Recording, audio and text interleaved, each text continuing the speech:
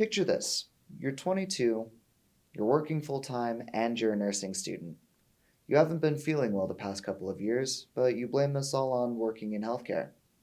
The healthcare providers around you can't seem to give you any answers as to why your hands, feet, and face have been swelling, despite telling you that you're leaking protein.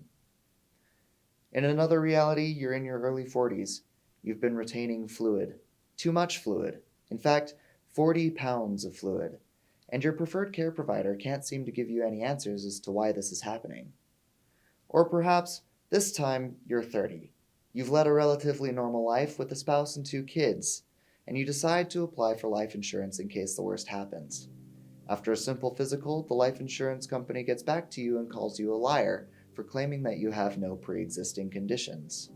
The culprit in all 3 of these cases is focal segmental glomerulosclerosis, or FSGS for short.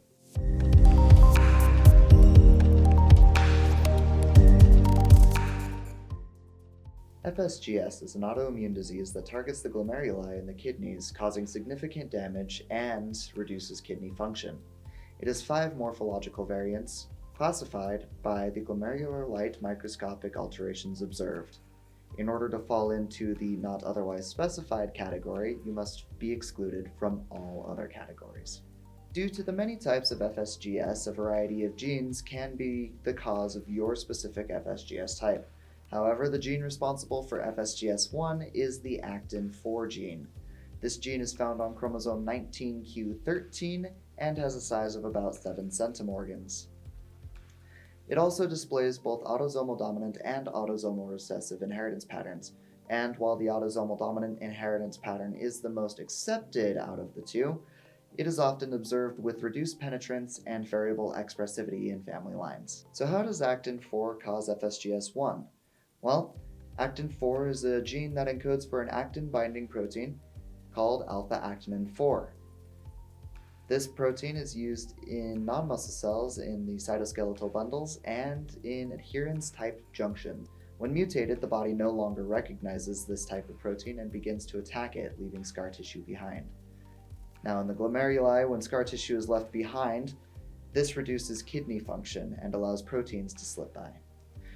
Some classic signs and symptoms of FSGS include swelling in body parts like your legs, ankles, and around your eyes, weight gain due to extra fluid building in your body, foamy urine caused by high protein levels in the urine, high fat levels in the blood, low levels of protein in the blood, and progressive renal decline.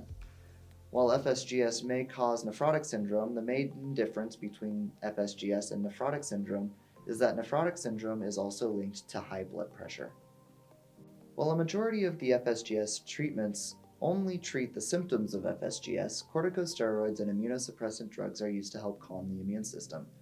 Prednisone is one such example of a drug. This is a steroid that is often prescribed to FSGS patients as a first-line treatment because it helps prevent the migration of leukocytes and reverses the increased permeability of the capillaries caused by FSGS.